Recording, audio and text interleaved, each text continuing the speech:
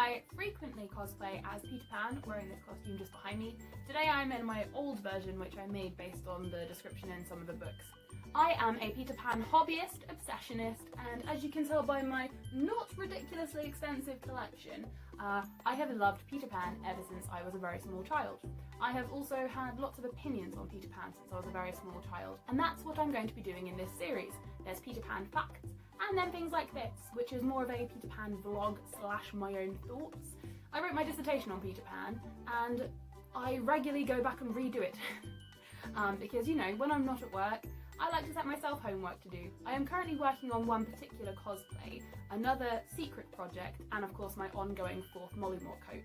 The problem is a lot of these things I'm working on are quite warm. One of the costumes I'm currently working on involves a literal hoodie. So I've made the hoodie, tried it on once, made sure it fitted and then took it straight off because it's far too hot to be carrying on with. So backburnering all of those, which means you guys are going to get some more Peter Pan facts and thoughts and ramblings, and this has already rambled on for long enough, so here we go. Now it would make sense for me to start with my favourite character and of course the main character, Peter. However, I'm going to break the rules a little bit and I'm going to start with the villain, Hook. Captain James Hook, or Captain Jas Hook as he wrote himself. What I'd like to do is try to piece together Captain Hook's backstory.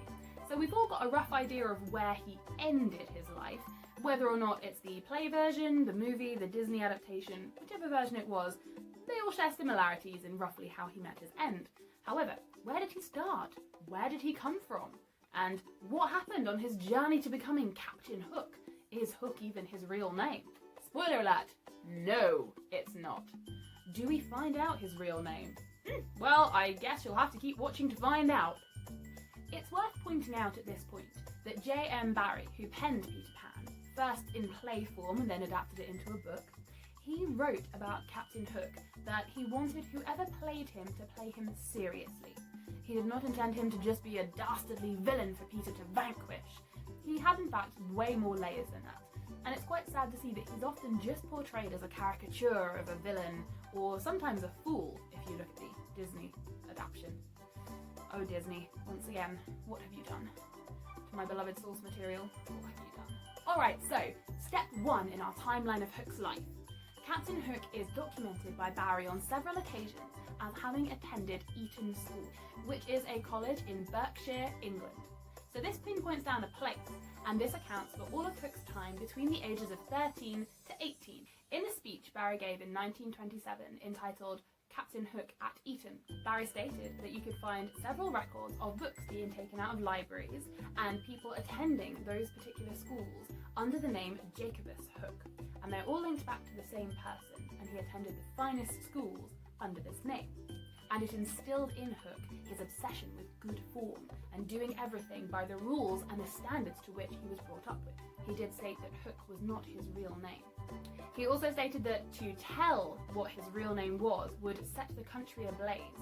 Now bearing in mind this is back before the internet, when the only means of communication was letters and newspapers, who was a person that everyone in the country would know who they were and possibly be able to recognise, either by name or by face?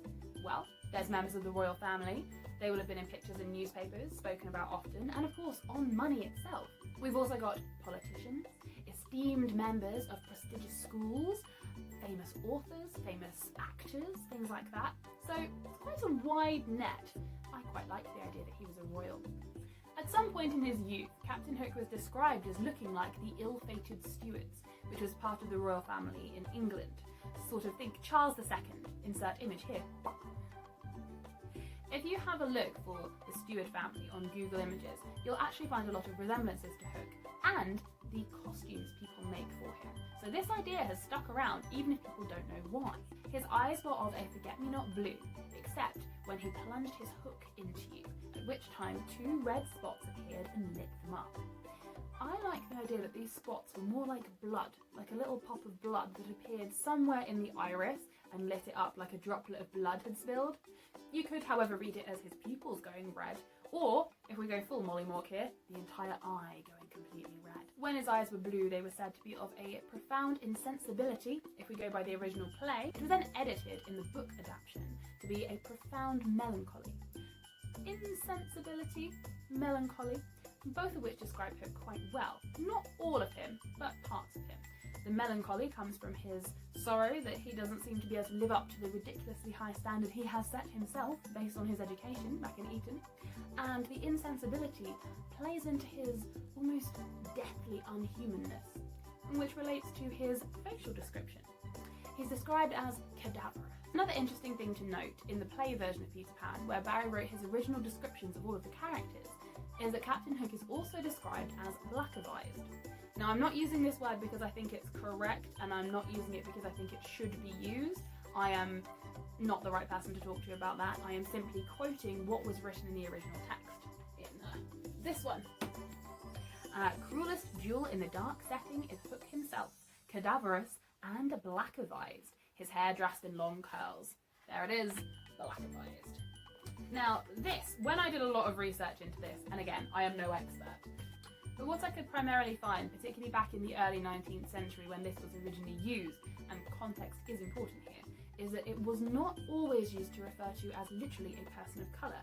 The main description I kept finding was someone with sun-kissed skin. And one of the images I found that had been put up a long time ago in reference to a person who was sun-kissed skin / black-avised was actually very similar to some of the pirates in a TV show called Black Sails. Note that Barrie did describe Hook this way, so he's not quite the pale figure that we see in Disney. One of the first pieces of information we get about Captain Hook's life after Eton is that he became Blackbeard's bosun. Now Blackbeard I love, brilliant, every adaptation of Blackbeard, I'm a fan. So Hook was Blackbeard's bosun. He is also said to be the only man of whom Long John Silver was ever afraid. This is repeated in the book version and the play version. He's sometimes called Barbecue, which is one of Long John Silver's nicknames, but yeah, Long John Silver was afraid of Captain Hook. Now, at some point during Hook's life, he became the captain of the Jolly Roger, which was his ship all the way through until the end of his life. We can only assume at what point he became the captain of said Jolly Roger. I would assume that he would have had to have served on her for a little while, perhaps under another captain. Maybe he became first or second mate. Maybe he became her quartermaster and was elected or chosen to replace the captain previously if they died or had to leave. Most likely died, let's be honest. But however this happened and however this came to be, he now is the captain of the Jolly Roger. Things are going well for James Hook. Now, the astute among you may be thinking, Morku, his name is Captain Hook and you haven't mentioned his hook yet. Well, that's because we don't know exactly when he got his hook, but we do know that it happened in Neverland. It's fairly logical to assume that he became captain of the Jolly Roger before he came anywhere near Neverland. He may have visited, he may have come back. I believe that this happened later. So he had all these years of being captain, cultivating his reputation on the high seas, and then at some point he came to Neverland. It's established that you can sail to Neverland, or at least sail from the Neverland, because in the book and the play, when Peter, John, Michael, Wendy, the Lost Boys, when they all leave Neverland to take the children home, they actually sail. Now, yes, you could argue that they fly the ship, but technically, this isn't mentioned in the original text. So once again, the flying ship with the fairy dust, lovely image, but it is a Disney added thing. Peter discusses how they are going to strike the Azores about the 21st of June, and after that it will save them time to fly. Now the Azores, I'll try and find a map and put it up here, and if I'm pronouncing this wrong I apologise. The Azores, or the Azores, or however you pronounce it, are a small cluster of islands, down, if you can see on this bit, I'm hopefully pointing to it. They're a small cluster of islands, and they are quite close to sort of England and Africa. I hope I'm describing this right. So essentially, to get back from the Neverland, they will then strike the Azores, meaning that they have sailed across the seas. So, at some point, while Captain Hook and his pirates are visiting the Neverland, he comes across Peter Pan, and they tussle, they fight. And at some point, Peter cut off Captain Hook's right hand. Quick side note, I am very aware that in some adaptations, particularly on stage, it would be very difficult to teach a right-handed actor to fight with his left hand, and so therefore for a stage production, putting the hook in your less dominant hand so that you can fight properly, and therefore not have to weirdly choreograph with the poor person playing Peter Pan, who may well also be right-handed, because a right-handy fighting a right-handy is a lot easier to choreograph than a right versus a left, or a left versus a right, and so yeah, Complete side note, I understand and completely agree that you should, in those cases, it is fine to swap the hand over and it doesn't matter particularly. Jason Isaacs is one of my favourite ever Captain Hooks, and he in fact did do it the correct way round. I don't know if he is left-handed, I may try and look that up. But either way, the hook was on his right hand and he fought with a fully fledged sword in his left hand, and forever that man has my eternal gratitude. I'll be discussing Jason Isaacs Captain Hook when I review the 2003 Peter Pan movie. Look out for that video coming soon, folks. It's one of the few movies where I don't cringe most of the way through. Yay! There is a... Spoiler alert, there's a lot of cringing towards the end when the whole kissing thing comes up. Ugh.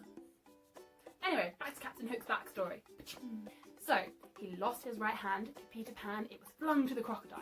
The crocodile acquired such a taste for him, the crocodile, and I quote, followed Captain Hook from sea to sea and from land to land. Now, this to me implies that since he visited the Neverland and got his hand chopped off, he left with his men. They left on the Jolly Roger, went to other places, probably went about their pirating ways, went from sea to sea, land to land. Barrie, once again in his speech, Captain Hook at Eton, did mention the fact that an ex-student he spoke to from Eton described to him an encounter they had with Captain Hook years after he had left. He also mentions that Captain Hook had to distance himself from the Etonians and their ways, and was actually no longer allowed to call himself an Etonian, with his piratical reputation, and obviously, historically, the British and pirates don't go so well together. You've got to bear in mind, his entire life from the ages of at least 13 to 18, with all of these Etonian ways eschewed into him, his whole way of life, part of his personality, his good form, bad form, his entire reason for holding himself to such a high standard had been stripped from him. He is no longer allowed to say he is an alumnus of Eton. And so when he came back to visit, he was standing in the shadows, and this is why I bring it up now. He had his hook. So I, as I said, think he became the captain of the Jolly Roger. Let's point to the timeline. So, he went to Eton, he left, became Blackbeard's boatswain, got to be captain of the Jolly Roger, went to Neverland, got his hand chopped off, went from sea to sea, from land to land, and then at some point returned to the Neverland. But before we talk about that, Hook returned to Eton. Now, for those of you who like to get nostalgic about returning to your old high school or university, you'll probably understand where this comes from. Hook was having a look around. At one point it describes him as sitting on a wall, and this wall is only allowed to be sat on by the Pops, which is a group of people, sort of a secret society from Eton. Now, at one point, the person who was talking to Barrie about having seen Hook sitting on the wall, looking around sort of sadly, with not quite regret, but melancholy, the famous melancholy in his eyes. And he had his hook already, so he'd already been through all of this stuff, returning to Eton to perhaps just look around at the man he once was, at all he could have been and everything that he had started as. A policeman then arrives and says to him, "Oh, are you a Pop?" Captain Hook says no. The man then says, "Are you an ex-Pop, aka are you an alumnus? Did you used to be a Pop?" And the quote, and Barrie says that Hook sadly had to say no. The policeman then tells him off and tells him, "Well, you can't sit on this wall then. This is a..." I'll try and find some sort of reference to this wall and put a picture up, but you can't be sitting on this wall essentially. And Hook has to get down, even though, and the person who Barrie spoke to about it knew that, yeah, well, he should be allowed to sit on that wall, but no, he's had to cut ties with the school that meant so much to him. So that's kind of heartbreaking. So Captain Hook returns to the Neverland. We're not sure how long he's been there before Peter brings Wendy, John and Michael to the Neverland as well. Now, Hook nearly succeeds in killing Peter Pan twice, both of which happen in the book. Now, we've got to assume this may have happened a few times before. There are probably some narrow squeaks. However, the two main ones of interest start with Marooner's Rock. Now, I spoke about this a little bit in my Neverland video, the most underrated character in the entirety of Peter Pan. Link, somewhere over there.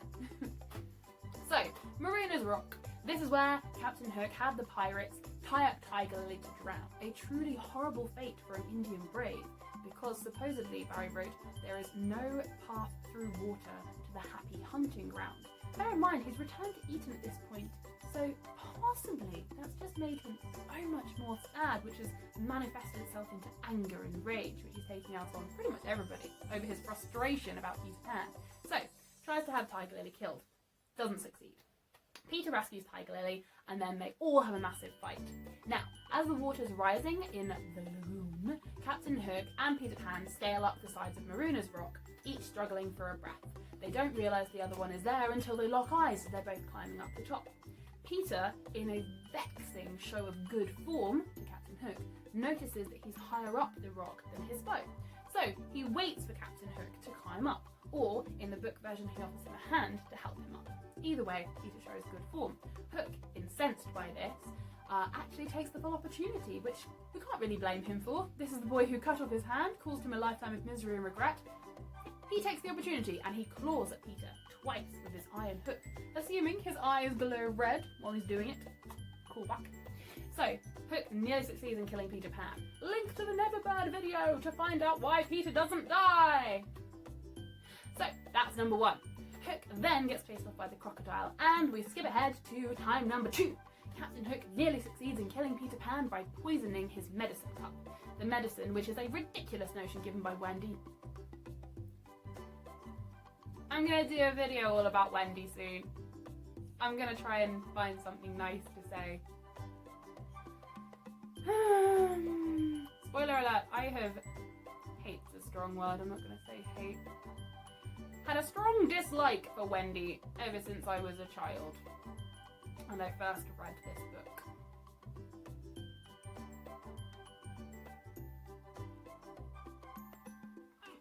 I'll go into detail about that in my video about Wendy. Look forward to that one. I may have to do it next because I have feelings, but yeah, so Wendy, yay! Skip. So the medicine cup that Hook poisons is because he can't reach Peter in the home under the ground. Hook discovers where the home under the ground is, not because Tinkerbell tells him. I really need to do a video all about the things Disney changed for the worse. Just pretty much everything. But anyway, Tinkerbell doesn't conspire with the pirates. Captain Hook, right when we first meet him, so the first time he comes on stage in the play, actually is sitting down with Smee in the forest, and he sits down on what he thinks is a mushroom. It gets very hot, and they realise it's smoking. Him and Smee pull the mushroom up, turns out it's a fake mushroom, and it's covering the chimney to the underground hideout. They see the smoke, realise it's a chimney, listen, and down below they hear the Lost Boys talking about how Peter Pan is coming home soon. So they found out where it was right at the beginning of the story, they just couldn't find a way to get down or in. When they do find a way to get in, however, Captain Hook is far too big and he gets stuck at the root of the tree. So what can he do? He can't reach Peter Pan, who is, it's described that Peter is asleep. And even the manner in which he's asleep appears cocky and arrogant to Hook. This only drives Hook on, and he poisons the medicine cup, which is the closest thing he can reach, before he worms his way back up the tree and goes onto the pirate ship, believing his work is done. Talked about the red of his eye earlier, when he claws you. Well, the poison is distilled from when he was weeping from the red of his eye. And Hook always carries a vial of it on his person in case he's taken alive. So basically it's his summer-farm pill.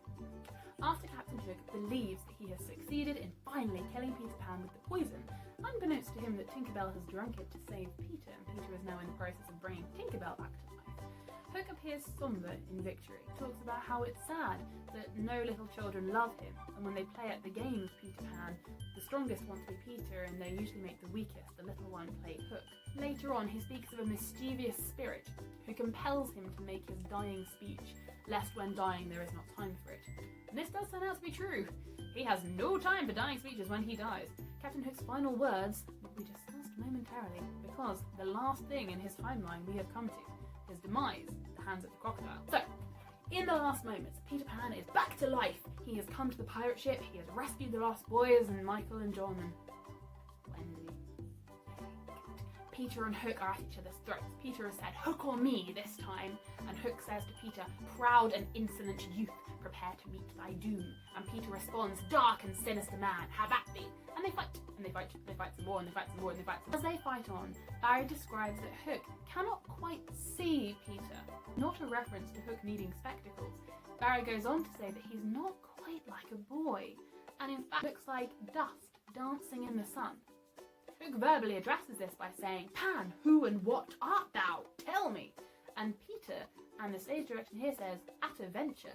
Peter says, "I'm youth, I'm joy, I am the little bird that has broken out of the egg." Hook is then described as feeling certain that Peter is the weapon that is to smite him. So by recognising that Peter himself has no idea what he is, and Hook himself cannot even make out this not a boy, this entity he's fighting, he describes him as, "This is no boy, this is some fiend I face." So Hook realises, oh gosh, this is it, this is my end, I am looking at the unbeatable boy. Hook gets so desperate for a victory that he runs down below decks, he produces a bomb and lights it, and says that the whole ship will be blown to pieces, essentially taking him, his men, everyone with it, just so he can be rid of this boy, Peter Pan, who cut off his hand and caused him so much misery.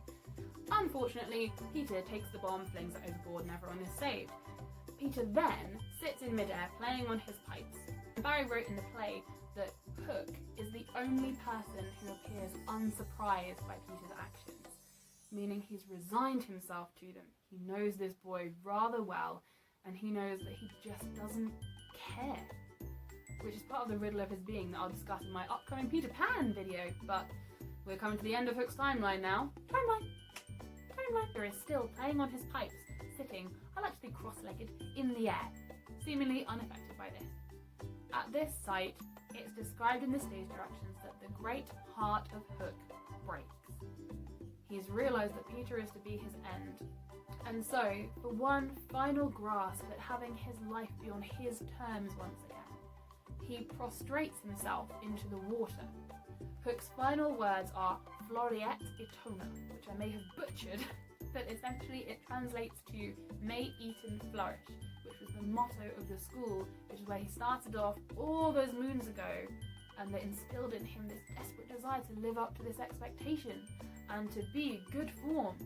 In the book, Hook does get one last quip over Peter, and Peter kicks him at one point during their fight when he should have used his dagger, so Hook does get to say "bad form" before he goes to the crocodile, which is quite sweet, and I believe wholeheartedly Peter would have done that, so fair play to Hook for getting him to do that. So here we go, the timeline of Captain Hook's life, from the ages of 13 to 18 all the way up to the very, very end when he goes to the crocodile.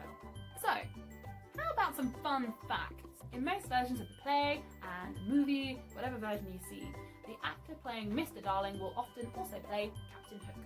There is many different interpretations of this, so I won't bore you with them all now, but the fun fact is Barrie was originally planning for the actor playing Mrs. Darling to also play Captain Hook.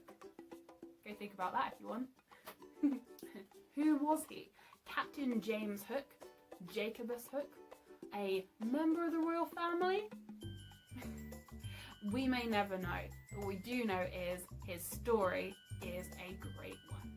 So, join me next time when I will probably be discussing Wendy Darling. This is going to be my face all the way through the Wendy Darling video. Yay! God, I'll have to do the Peter Pan video directly after that. I will find nice things to say. Okay, I have more nice things to say about Captain Hook than I do about Wendy Darling. Bye guys.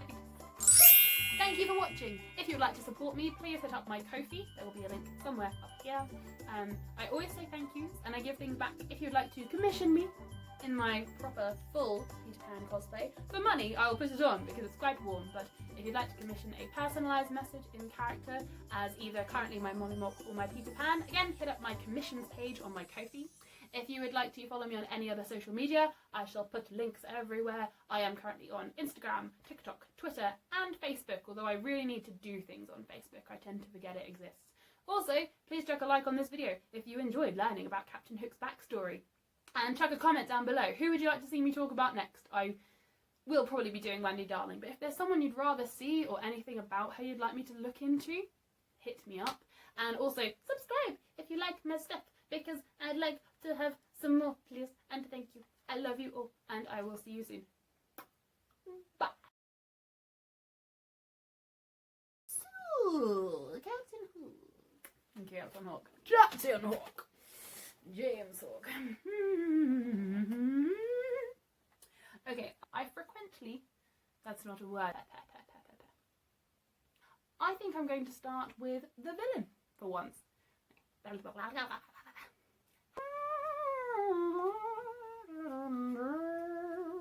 That's not a question I can answer.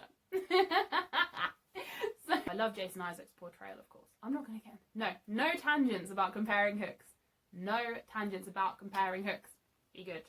Be good, because this isn't a comparison video. This is a timeline video. Yes? Okay, good. Marvellous.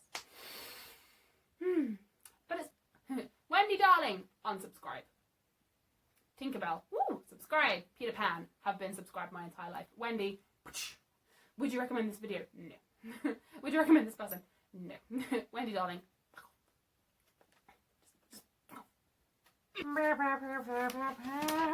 Looking through my notes, I've got 10 pages.